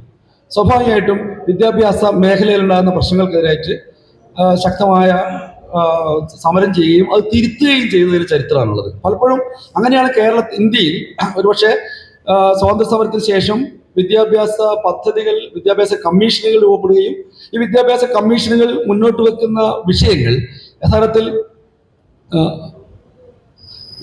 ഈ വിഷയങ്ങൾ വിദ്യാഭ്യാസ കമ്മീഷനുകൾ മുന്നോട്ട് വെക്കുന്ന വിഷയങ്ങൾ പലപ്പോഴും ഡെമോക്രാറ്റിക് ആയിട്ട് എങ്ങനെ ഒരു സമൂഹത്തിൽ ഇടപെടാം, ഒരു സൊസൈറ്റിയിൽ ഇടപെടാം എന്ന രീതിയിലാണ് ഡെമോക്രാറ്റിക്. അപ്പോൾ വിദ്യാഭ്യാസം ജനാധിപത്യ രീതി, അതാണ് ജനാധിപത്യ വിദ്യാഭ്യാസ ക്രമത്തെക്കുറിച്ചാണ് നമ്മൾ സംസാരിച്ചുകൊണ്ടിരിക്കുന്നത്. ഞാൻ ഇവിടെ ഞാൻ ആ വിഷയത്തിലേക്ക് കടക്കുന്നില്ല, കാരണം ഇവിടെ പ്രസംഗം എന്ന് കാര്യമില്ല. ഇപ്പോൾ വിദ്യാർത്ഥികൾ പറഞ്ഞ ചില വിഷയങ്ങളോട് ഇപ്പോൾ ഒരാൾ സംസാരിക്കുന്ന സമയത്ത് നമ്മൾ ഒരു വശത്ത് വിദ്യാഭ്യാസ പദ്ധതിയെക്കുറിച്ച് പറയും, രണ്ടാമത് നമ്മൾ കോളേജിലും ക്യാമ്പസിലും അഭിമുഖീകരിക്കുന്ന പ്രശ്നങ്ങളെ കുറിച്ച് പറയും. ഇത് രണ്ടും രണ്ടാണ് ശരിക്കും. ക്യാമ്പസിൽ അഭിമുഖീകരിക്കുന്ന പ്രശ്നങ്ങൾ എന്ന് പറയുന്ന പ്രശ്നങ്ങളാണ്. ഇത് തീർച്ചയായിട്ടും വിദ്യാഭ്യാസ പദ്ധതിയുമായി ബന്ധമുണ്ട്. പക്ഷേ ഈ വിദ്യാഭ്യാസ പദ്ധതി ഇല്ലാത്തപ്പോഴും ഇത് നമ്മൾ അഭിമുഖീകരിക്കുന്നുണ്ട് ഈ പ്രശ്നം. അധ്യാപക വിദ്യാർത്ഥി ബന്ധം ജനാധിപത്യവൽക്കരിക്കുക എന്നുള്ള സ്ലോഗൻസ് ഒരുപാട് കാലമായിട്ട് മുന്നോട്ട് വെക്കപ്പെടുന്നതാണ്. അപ്പോൾ അധ്യാപക വിദ്യാർത്ഥി ബന്ധം ജനാധിപത്യവൽക്കരിക്കപ്പെടേണ്ടതുണ്ട്. അതേസമയത്ത് അത് കൂടുതൽ തീക്ഷ്ണമാക്കുന്ന രീതിയിൽ വിദ്യാഭ്യാസ പദ്ധതിയിൽ തന്നെ ഈ പ്രശ്നം മുന്നോട്ട് വെക്കപ്പെടുകയും ചെയ്യുന്നു. ഇതാണ് നമ്മളെ പ്രശ്നം എന്ന് പറയുന്നത്. അപ്പൊ അധ്യാപകരും വിദ്യാർത്ഥികളും ഈ വിദ്യാഭ്യാസ പദ്ധതിയിൽ കീഴിൽ നിസ്സഹായരാണ്. അധ്യാപകൻ വിദ്യാർത്ഥിയുടെ ശത്രുവല്ല. ഇവിടെയാണ് ഒരു പ്രശ്നമാണ്. വിദ്യാർത്ഥി അധ്യാപകന് ശത്രുവായി മാറുന്നത് യഥാർത്ഥത്തിൽ വിദ്യാർത്ഥി കാണുന്നത് അധ്യാപകനെ മാത്രമാണ്. യഥാർത്ഥത്തിൽ ഈ അധ്യാപകൻ എന്തുകൊണ്ട് അസൈൻമെന്റ് കൊടുക്കുന്നു, എന്താണ് ഇദ്ദേഹം ചെയ്തുകൊണ്ടിരിക്കുന്നത്, ഇദ്ദേഹത്തിന് കൃത്യമായിട്ട് ഓർഡർ കിട്ടുന്നുണ്ട്, നിങ്ങൾ അസൈൻമെന്റ് ചെയ്യണം, ഇങ്ങനെ ചെയ്യണം. അപ്പൊ വിദ്യാർത്ഥിയെ പീഡിപ്പിക്കുന്ന നിരന്തരമായിട്ട് ബുദ്ധിമുട്ടിച്ചുകൊണ്ടിരിക്കുന്ന ഒരാളാണ് അധ്യാപകൻ. ആക്ച്വലി അധ്യാപകനും ഈ കാര്യത്തിൽ ഒരു രക്തസാക്ഷിയാണ് അർത്ഥത്തിൽ. ഇപ്പോൾ നേരത്തെ സംസാരിച്ച ആളുകളൊക്കെ പറഞ്ഞൊരു കാര്യമുണ്ട്, ഒരു വിദ്യാഭ്യാസ പദ്ധതി വരുന്ന സമയത്ത് FIUGP വരുന്നു, അല്ലെങ്കിൽ അങ്ങനത്തെ പദ്ധതി നടപ്പിലാക്കുന്ന സമയത്ത് നിസ്സഹായരായി അധ്യാപകരും വിദ്യാർത്ഥിയും മാറുന്നുണ്ട്. കൺഫ്യൂഷനിലാണ് എന്താ ചെയ്യേണ്ടതെന്നതിനെ കുറിച്ചിട്ട്. ഒന്ന്, വേണ്ടത്ര അധ്യാപകരില്ല. അധ്യാപകർ തന്നെ ടെനർ ട്രാക്ക് സിസ്റ്റത്തിലാണ്. നോക്കൂ, തൊഴിലില്ലായ്മയെ കുറിച്ച് നമ്മൾ പറയാം. ഇപ്പൊ ഒറ്റക്കാരൻ നേരത്തെ സംസാരിച്ച വിഷയം ഞാൻ ഓർമ്മപ്പെടുത്തുകയാണ്. വിദ്യാർത്ഥിയോട് ചോദിക്കുമ്പോൾ നിങ്ങളിപ്പോ ഈ വിദ്യാഭ്യാസ പദ്ധതിയെ കുറിച്ച് ഞാൻ നേരത്തെ പറഞ്ഞ കാര്യത്തിൽ തുടർച്ചയായിട്ട് പറയുകയാണ്. വിദ്യാഭ്യാസ പദ്ധതി വിമർശിക്കുന്നു, നിങ്ങൾ സ്കില്ല് വേണ്ടെന്ന് പറയുന്നു, നിങ്ങൾ ഇൻഡസ്ട്രിക്ക് വേണ്ട ആളുകൾ ഉത്പാദിപ്പിക്കേണ്ടെന്ന് പറയുന്നു. അപ്പൊ നിൽക്കുന്ന കുട്ടികൾക്ക് തൊഴിൽ വേണ്ടേ? അപ്പൊ തൊഴിൽ എവിടെ നിന്ന് കിട്ടുക? ഇൻഡസ്ട്രിക്ക് വേണ്ടി ആളുകൾ ഉത്പാദിച്ചാലേ തൊഴിലുണ്ടാവും. അപ്പൊ ഇൻഡസ്ട്രിക്ക് വേണ്ടി ആളുകൾ ഉത്പാദിപ്പിക്കുന്ന ഇത് നിങ്ങൾ തടഞ്ഞു കഴിഞ്ഞാൽ തൊഴിലില്ലായ്മ പ്രശ്നം പരിഹരിക്കുമോ? ഒരു ക്വസ്റ്റ്യൻ ആയിരുന്നു ശരിക്കും വിദ്യാർത്ഥികളുടെ ഭാഗത്തും എല്ലാ ഭാഗത്തും ഉണ്ടാകുന്നത്. നോക്കൂ, ഇപ്പൊ തന്നെ എത്ര ഫാക്ടറികളും ഒന്നും വേണ്ട, നമ്മുടെ ഇന്ന് ഇന്ത്യയിലെ പൊതുമേഖലാ സ്ഥാപനങ്ങളിൽ 8 ലക്ഷത്തോളം സാധ്യതകൾ ഉണ്ടായിട്ട് അപ്പോയിന്റ്മെന്റ് ആത്ത ആളുകളുണ്ട്. എല്ലാം പ്രൈവറ്റൈസ് ചെയ്യാണ്. വേണ്ട, അധ്യാപക ജോലി, കേരളത്തിലേക്ക് അധ്യാപക ജോലി ഒരു സ്ഥലത്തും 50% ആളുകളെ അപ്പോയിന്റ് ചെയ്തില്ല. എന്നാണ് ഇപ്പോഴുള്ള തൊഴിൽ പോലും നികത്താൻ തയ്യാറാകാത്ത ഭരണവ്യവസ്ഥയോടെ ഉള്ളത്. ടെനർ ട്രാക്ക് സിസ്റ്റത്തിലാണ് അധ്യാപക ജോലി 60% ഹയർ എഡ്യൂക്കേഷനിലുള്ളത്. അപ്പൊ നിലനിൽക്കുന്ന തൊഴിൽ സാധ്യതകൾ പോലും ഉപയോഗിക്കാൻ ശ്രമിക്കാത്ത, നിലനിൽക്കുന്ന തൊഴിൽ സാധ്യതയെ ഉപയോഗിക്കാൻ ശ്രമിക്കാതിരിക്കുകയും ഒരുപാട് പൊതുമേഖലാ സ്ഥാപനങ്ങൾ അടച്ചുപൂട്ടപ്പെടുകയും പ്രൈവറ്റൈസേഷന് കൂടുതൽ പ്രോത്സാഹനം കൊടുക്കുകയും ചെയ്യുന്ന ഭരണകൂടങ്ങൾ നിലനിൽക്കുന്ന സ്ഥലത്ത് അവർ തന്നെ പറയാണ്, ഇതിനെ വിമർശിക്കുന്ന ആളുകൾ യഥാർത്ഥത്തിൽ തൊഴിൽ കിട്ടുന്നതിനുള്ള സാധ്യതയെ ഭരണകൂടം അന്വേഷിക്കുമ്പോൾ അതിനെ കടക്കി കത്തിവെക്കുന്ന ആളുകൾ. ഇതൊരു വൈരുദ്ധ്യമാണ് ഈ പ്രശ്നത്തിന്. അപ്പൊ ഒരു വശത്ത് തൊഴിലില്ലായ്മ നിലനിൽക്കുന്ന വിദ്യാഭ്യാസ പദ്ധതിയിലൂടെ അല്ല പരിഹരിക്കേണ്ടതെന്നും, മറിച്ച് നിലനിൽക്കുന്ന സാമൂഹ്യ ക്രമത്തിന്റെ അതുമായി ബന്ധപ്പെട്ടുകൊണ്ടുള്ള ക്യാപിറ്റലിസത്തിന്റെയോ അല്ല ഏത് മണ്ഡലത്തിലാണെങ്കിലും അതുമായി ബന്ധപ്പെട്ട വിഷയങ്ങളിലാണ് അന്വേഷിക്കേണ്ടതെന്നും, ഇവിടുത്തെ സാമൂഹ്യ വ്യവസ്ഥ മാറുന്നതിനനുസരിച്ച് സമൂഹത്തിൽ തൊഴിൽ കണ്ടെത്തേണ്ട ഉത്തരവാദിത്തം ഭരണകൂടങ്ങൾക്കാണ് എന്നും അല്ലാതെ വിദ്യാർത്ഥികളുടെ കഴിവില്ലായ്മയല്ല ഈ തൊഴിലില്ലായ്മയ്ക്ക് കാരണം. ഇതാണ് പോയിന്റ്. അതുകൊണ്ട് എഞ്ചിനീയറിംഗ് ബിരുദധാരികൾ തൊഴിലില്ലാതാവുന്നവർക്ക് സ്കില്ലില്ലാത്തതുകൊണ്ടാണോ? പോളിടെക്നിക് പഠിച്ച ആളുകൾ തൊഴിലില്ലാതാകുന്ന സ്കില്ലില്ലാത്തതുകൊണ്ടാണോ? മെഡിക്കൽ ബിരുദധാരികൾ തൊഴിലില്ലാതാകുന്നില്ലേ? അപ്പൊ പ്രശ്നം തൊഴിൽ സാഹചര്യങ്ങൾ സൃഷ്ടിക്കാനുള്ള ഭരണകൂടത്തിന്റെ അപര്യാപ്തത വിദ്യാർത്ഥികളുടെ കഴിവില്ലായ്മയായി ചൂണ്ടിക്കാണിക്കുക ചെയ്യുന്നത്. വിദ്യാർത്ഥിയോട് നോക്കി പറയാ, നീ കഴിവില്ലാത്തവനാണ്, നിനക്ക് സ്കില്ല് വേണമെങ്കിൽ നീ ഡാറ്റ എൻട്രി ഓപ്പറേറ്റർ ജോലിക്ക് പോകണം, അതല്ലെങ്കിൽ മെഡിക്കൽ ട്രാൻസ്ക്രിപ്ഷൻ വേണം, അല്ലെങ്കിൽ മെഡിക്കൽ കോഡിങ്ങിന് വേണം. മലയാളത്തിൽ റിസർച്ച് ചെയ്യാൻ ഉദ്ദേശിക്കുന്ന ഈ കുട്ടി മോളോട്ട് നോക്കിക്കും. കാരണം മലയാളത്തിൽ റിസർച്ച് ചെയ്യാൻ ആരും പറയില്ല. കാരണം മലയാളത്തിൽ റിസർച്ച് ചെയ്താൽ ഇത്തരം ജോലികൾ കിട്ടുമോ? ഈ ട്രാൻസ്നാഷണൽ കോർപ്പറേഷൻസിന്റെ ജോലികൾ. അപ്പം മലയാളം പോലുള്ള ഹ്യൂമാനിറ്റീസ് പോലുള്ള വിഷയങ്ങൾ, ഫിലോസഫി പോലുള്ള വിഷയങ്ങൾ പഠിക്കേണ്ട കാര്യമില്ല. അപ്പൊ നേരത്തെ വിഷയാവതാരകർ പലതും ചൂണ്ടിക്കാണിച്ചിട്ടുണ്ട് വിഷയം. ഒരു വശത്ത് എന്തിനാണ് വിദ്യാഭ്യാസം? വിദ്യാഭ്യാസം നിങ്ങൾക്ക് താൽക്കാലിക തൊഴിൽ നേടുന്നതിനാണോ? മറിച്ച് വിദ്യാഭ്യാസം നിങ്ങൾക്ക് നേരത്തെ പറഞ്ഞ ഈ വിഷയം, നേരത്തെ ഇവിടെ സംസാരിച്ചിരുന്ന ആളുകൾ മുഴുവൻ സംസാരിച്ചു, സുബ്രഹ്മണ്യനും ഇവരൊക്കെ സംസാരിച്ച ഈ വിഷയങ്ങൾ നമ്മുടെ വിദ്യാഭ്യാസ മായി ബന്ധപ്പെട്ട് തന്നെയാണ് ഉയർത്തപ്പെടുന്നത്. നമ്മുടെ സമൂഹത്തിന്റെ ജനാധിപത്യവൽക്കരണവും സമൂഹത്തിന്റെ മുന്നോട്ടുള്ള പോക്കും നമ്മുടെ വിദ്യാഭ്യാസ പദ്ധതിയുമായി ബന്ധപ്പെട്ട് അന്വേഷിക്കേണ്ടതാണ് എന്നും, മറിച്ച് താൽക്കാലികമായ തൊഴിലിന് വേണ്ടിയുള്ള അന്വേഷണമല്ല എന്ന ഉത്തരം തീർച്ചയായിട്ടും ഈ വിഷയങ്ങളൊക്കെ ഇന്ന് രാവിലെ മുതലുള്ള ചർച്ചയിൽ ഉയർന്നു വന്നിട്ടുണ്ട്. അതൊന്നുകൂടി എംഫസൈസ് ചെയ്ത് പറയാനാണ് ഞാൻ ഈ പാനൽ ചർച്ച സമയം ഉപയോഗിക്കുന്നത്. തീർച്ചയായിട്ടും പാനൽ ചർച്ചയിൽ പറഞ്ഞ വിഷയങ്ങളൊക്കെ തന്നെ നേരത്തെ പ്രസാദ് വേറൊരു ചർച്ചയെ ചൂണ്ടിക്കാണിച്ചതുപോലെ ഓരോ ദിവസവും എടുത്ത് ചർച്ച ചെയ്യേണ്ട വിഷയങ്ങളാണ്. അത്തരം പാനൽ ചർച്ചകൾക്ക് നമുക്ക് തന്നെ കൂട്ടായി നേതൃത്വം കൊടുക്കാൻ കഴിയട്ടെ എന്ന് ആശംസിക്കുന്നു. പ്രിയപ്പെട്ടവരെ, നമ്മളെ സംബന്ധിച്ചിടത്തോളം നമ്മൾ വിദ്യാഭ്യാസ നയത്തിന് നേരെ, പുതിയ ദേശീയ വിദ്യാഭ്യാസ നയത്തിന് നേരെ എന്ത് നിലപാട് സ്വീകരിക്കും എന്നുള്ളതിൻ്റെ വിവിധ വശങ്ങളാണ് ഓരോരുത്തർ അവരവരുടേതായ തലത്തിൽ നിന്നുകൊണ്ട് പറഞ്ഞത്. നമ്മളെ സംബന്ധിച്ചിടത്തോളം ഇതിനകം പൊതുവെ നിരവധി സുഹൃത്തുക്കൾ ഇന്ന് സംസാരിച്ചതുപോലെ ഡിഫെൻഡ് ചെയ്യപ്പെടേണ്ടുന്ന, പ്രതിരോധിക്കപ്പെടേണ്ടുന്ന ഒന്നാണ് ജനാധിപത്യ മതേതര വിദ്യാഭ്യാസം. അഥവാ മറ്റൊരു ഭാഷയിൽ പറഞ്ഞാൽ നവോത്ഥാനം മുന്നോട്ട് വച്ച ശാസ്ത്രീയ മനോഭാവമുള്ള, അനലിറ്റിക്കൽ പവറുള്ള, മനുഷ്യനെ സൃഷ്ടിച്ചെടുക്കുന്ന വിദ്യാഭ്യാസം. അതാണ് നമ്മൾ അസസ് ചെയ്യുന്നതിൻ്റെ യാർഡിസ്റ്റിക്ക്. ഈ വിദ്യാഭ്യാസ നയം ഏതളവ് വരെ ആ സങ്കല്പവുമായി ഒന്നിച്ചു പോകുന്നു. അപ്പൊ അതിനകത്ത് നമ്മൾ എടുത്തു നോക്കിക്കഴിഞ്ഞാൽ അതിനകത്ത് പല വശങ്ങളുണ്ട്. വിദ്യാഭ്യാസത്തിന്റെ കണ്ടന്റ് ഉണ്ട്, വിദ്യാഭ്യാസത്തിന്റെ ഫണ്ടിങ് ഉണ്ട്, വിദ്യാഭ്യാസത്തിന്റെ അഡ്മിനിസ്ട്രേഷൻ ഉണ്ട്, വിദ്യാഭ്യാസവുമായി ബന്ധപ്പെട്ട് കാമ്പസുകൾ എങ്ങനെ പ്രവർത്തിക്കുന്നു എന്നുള്ളതുണ്ട്. ഈ പോയിന്റുകളെല്ലാം തന്നെ വന്നിട്ടുണ്ട് ഇന്ന് പല ചർച്ചയെ സംബന്ധിച്ചിടത്തോളം. വിദ്യാഭ്യാസത്തിന്റെ ഫണ്ടിങ്ങിനെ സംബന്ധിച്ചിടത്തോളം ഇത് വൻതോതിൽ സ്വകാര്യവൽക്കരണം കൊണ്ടുവരിക, സെൽഫ് ഫൈനാൻസിങ് കോളേജ് കൊണ്ടുവരിക, അതായത് ഫണ്ടിന്റെ ഉത്തരവാദിത്വം സത്യാവസ്ഥ. കോളേജുകളെ സംബന്ധിച്ചിടത്തോളം കുട്ടികൾക്ക് ചർച്ച ചെയ്യുന്നതിന് വേണ്ടിയുള്ള ഒരു കാമ്പസ് ഡെമോക്രസി എന്ന് പറയുന്ന സങ്കല്പം ഇല്ലാതാകുന്നു എന്നുള്ളത് അടുത്ത വശം. എന്തിന് നമ്മൾ ചേരാനും കോളേജുകളിൽ കഴിഞ്ഞ ദിവസം പ്രചരണത്തിന് പോയപ്പോൾ വളരെ കുറച്ച് അധ്യാപകർക്കാണ് പ്രതികരിക്കാൻ പറ്റിയത്. ആ പ്രതികരിക്കണമെന്നുണ്ടെങ്കിൽ നിങ്ങൾ അവരോട് അരമണിക്കൂർ ചെലവഴിക്കണം. കാരണം അവർക്ക് എല്ലാവർക്കും പേടിയാണ്, പ്രൊമോഷൻ പോവോ ഇല്ലയോ. ഏറ്റവും കൂടുതൽ അധ്യാപകർ ഇന്ന് കോൺട്രാക്ട് അധ്യാപകരാണ്. സർക്കാരിനെ എതിർക്കുന്ന ഒരു കമന്റ് പറഞ്ഞു കഴിഞ്ഞാൽ ജോലി പോകുമെന്നുള്ളതാണ്. ഇത് പല അധ്യാപകരും പച്ചയ്ക്ക് മുഖത്ത് നോക്കി പറഞ്ഞു എന്നുള്ളതാണ് അതിന്റെ മറ്റൊരു വശം എന്ന് പറയുന്നത്. അപ്പൊ ഇത് ഏത് തലത്തിൽ നിന്ന് നോക്കിയാലും അതിന്റെ കണ്ടന്റ്, അതിന്റെ ജനാധിപത്യപരമായ രീതി, അതിന്റെ ഫണ്ടിങ് തുടങ്ങി ഏത് മണ്ഡലത്തിൽ നിന്ന് നോക്കി കഴിഞ്ഞാലും ഇത് റിനൈസൻസ് എഡ്യൂക്കേഷന് എതിരാണ് എന്നാണ് കാണാൻ പറ്റുന്നത്.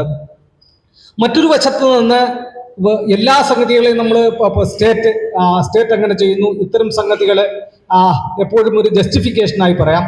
പക്ഷെ സ്റ്റേറ്റ് മാത്രമല്ല എല്ലാം ചെയ്യുന്നത്. ഒരു കാലത്ത് ഇന്ത്യയിൽ ഇന്ത്യയിൽ ഒരു മുതലാളിത്ത സമൂഹം നിലനിൽക്കെ തന്നെ ഒട്ടനവധി പുരോഗമനകരമായ നയങ്ങൾ നടപ്പിലാക്കിയിട്ടുണ്ട്. എന്തുകൊണ്ട് വന്നു? കാരണം അടിയിൽ നിന്നൊരു ബഹുജന സമരം ഉയർന്നു വരികയാണെങ്കിൽ സ്റ്റേറ്റിന്റെ പല മുതലാളിത്തപരമായ പോളിസികളെയും അതിന് നിയന്ത്രിക്കാൻ പറ്റും. സ്കാൻഡിനേവിയൻ രാജ്യങ്ങളുടെ ഉദാഹരണം പറഞ്ഞു. അപ്പോ ഇന്ത്യൻ ഭരണഘടനയിൽ എന്തൊക്കെയാണ് കടന്നു വന്നത്? ഇന്ത്യൻ സ്വാതന്ത്ര്യ സമരത്തിൽ ഒരുപാട് ജനാധിപത്യ മുദ്രാവാക്യങ്ങൾ ഉയർത്തപ്പെട്ടു. അതേസമയം അതിൽ വളരെ വലിയൊരു കൺസർവേറ്റീവ് പാർട്ട് ഉണ്ടായിരുന്നു. ഇത് രണ്ടും മിക്സ് ചെയ്താണ് വന്നത്.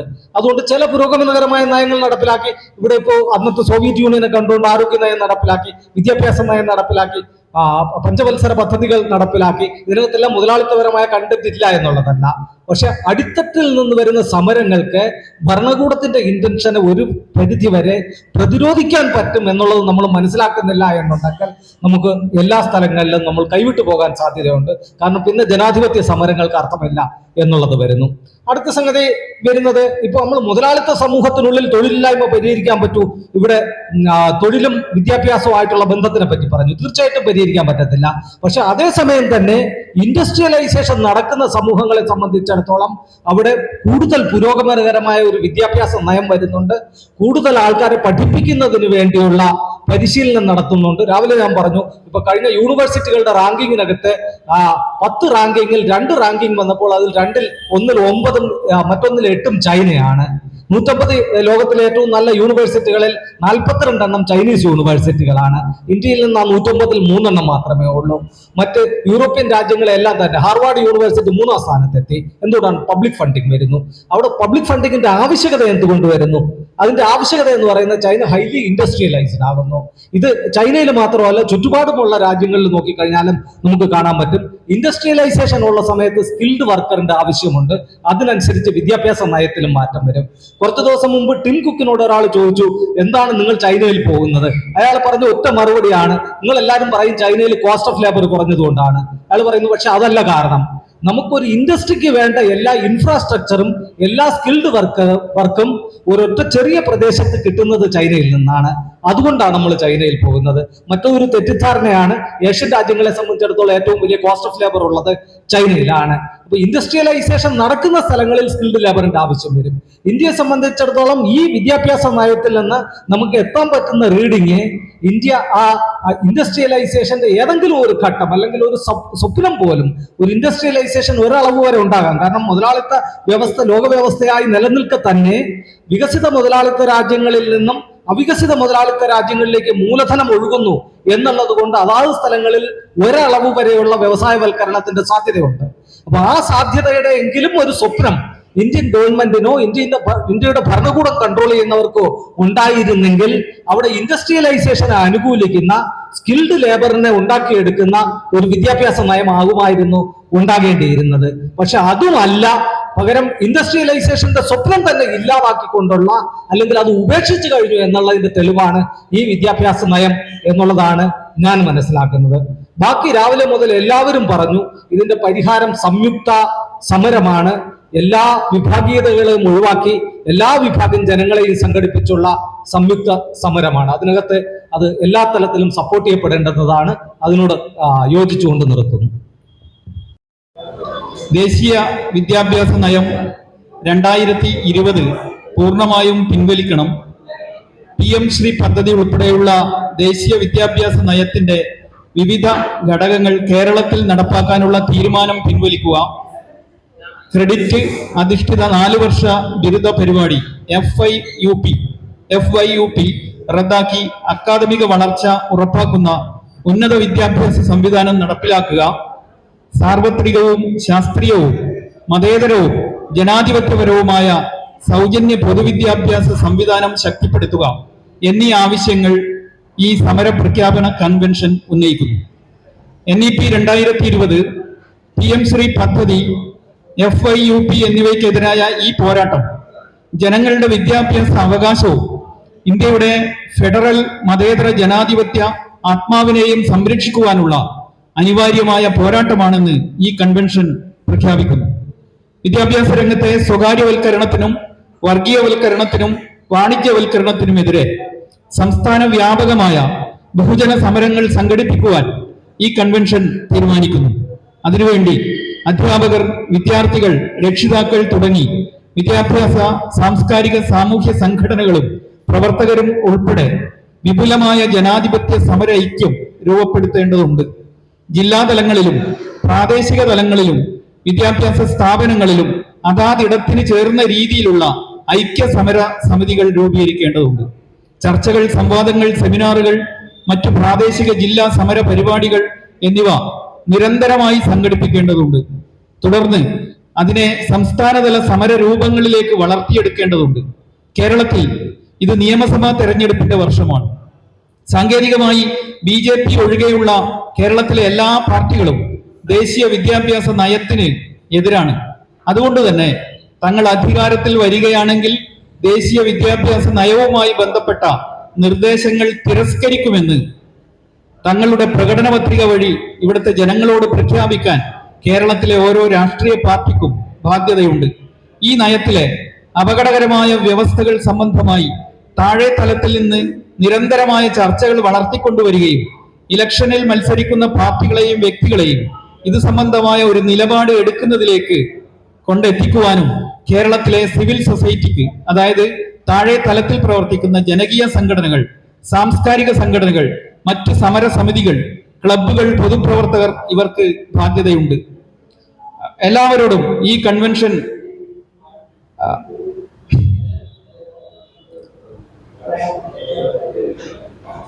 ക്രിയാത്മകമായി ഈ സാഹചര്യം മനസ്സിലാക്കുവാൻ ബന്ധപ്പെട്ട എല്ലാവരോടും ഈ കൺവെൻഷൻ അഭ്യർത്ഥിക്കുന്നു. ഈ ലക്ഷ്യങ്ങൾ നേടിയെടുക്കുന്നതിന് വേണ്ടി ഈ സമര പ്രഖ്യാപന കൺവെൻഷൻ ദൃഢപ്രതിജ്ഞ എടുക്കുന്നു. അംഗീകാരത്തിനായി സമർപ്പിക്കുന്നു.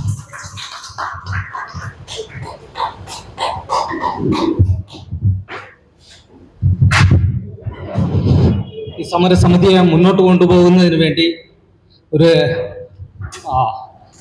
സമര സമിതി ഉണ്ടാക്കുകയും അതിൻ്റെ ഒരു പാനൽ അവതരിപ്പിക്കുകയും ചെയ്യേണ്ടതുണ്ട്. അതിനുവേണ്ടി ശ്രീ തങ്കച്ചനെ ക്ഷണിക്കുന്നു.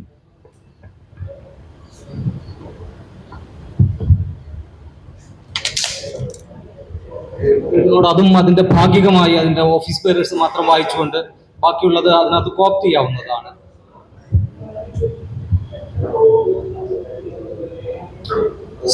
സുഹൃത്തുക്കളെ, NEP 2020 PM ശ്രീ വിരുദ്ധ സമിതി അതിൻ്റെ സംസ്ഥാന കമ്മിറ്റിയുടെ പാനലാണ് അവതരിപ്പിക്കുന്നത്. President K. Sachidanandan, presidium professor B. Rajeevan, Rajan Cherukad, RS Sasikumar, working president doctor Smitha P. Kumar, vice പ്രസിഡന്റുമാർ കൃഷ്ണമാൾ, മുരളീധരൻ കരിവള്ളൂർ, KN അജയ് കുമാർ, സനാതനൻ, പ്രസാദ് സോമരാജൻ, രവി പാലൂർ, പ്രദീപ് TS.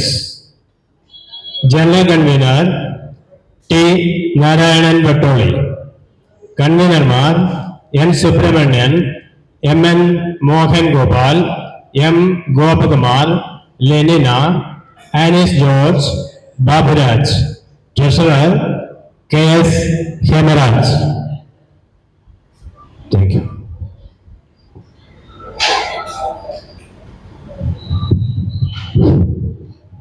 ഈ പരിപാടി അവസാനിക്കുകയാണ്. കൃതജ്ഞത രേഖപ്പെടുത്തുന്നതിന് വേണ്ടി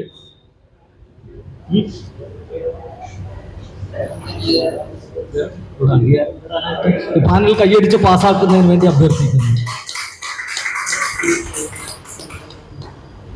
പരിപാടി അവസാനിക്കുകയാണ്. കൃതജ്ഞത ഏറ്റവും അനുയോജ്യമായ ഒരു പ്രസ്ഥാനമാണ് നമ്മൾ ഇന്നിവിടെ ആരംഭിക്കുന്നത്. സാംസ്കാരിക രംഗത്ത് ഒരു ഐക്യമുന്നണി മാത്രമേ ഈ രംഗത്ത് മുന്നേറാൻ കഴിയൂ എന്നുള്ളതാണ് ഞങ്ങളുടെയൊക്കെ അഭിപ്രായം. ഞാൻ തിരുവനന്തപുരത്തെ യുക്തിവാദി സംഘത്തിൻ്റെ പ്രസിഡന്റാണ്. അപ്പോൾ ഞങ്ങളുടെ സമ്മേളനം എടുത്ത ഒരു തീരുമാനവും അതിൻ്റെ ഒരു ഫോളോ അപ്പ് പരിപാടിയുമാണ് സാംസ്കാരിക രംഗത്തെ ഐക്യമുന്നണി. അതുമായി നമുക്ക് മുന്നോട്ട് പോകാം. കേരളത്തിലെ സാംസ്കാരിക രംഗത്ത് നിൽക്കാൻ കഴിയുന്ന, യോജിക്കാവുന്ന മേഖലകൾ യോജിച്ചുകൊണ്ട് നമുക്ക് മുന്നോട്ട് പോകാം. ഇന്നിവിടെ പങ്കെടുത്ത എല്ലാവർക്കും കമ്മിറ്റിയുടെ അഭിവാദ്യങ്ങൾ, കൃതജ്ഞത രേഖപ്പെടുത്തുന്നു. ഈ പരിപാടി, ഇന്നത്തെ പരിപാടി അവസാനിച്ചതായി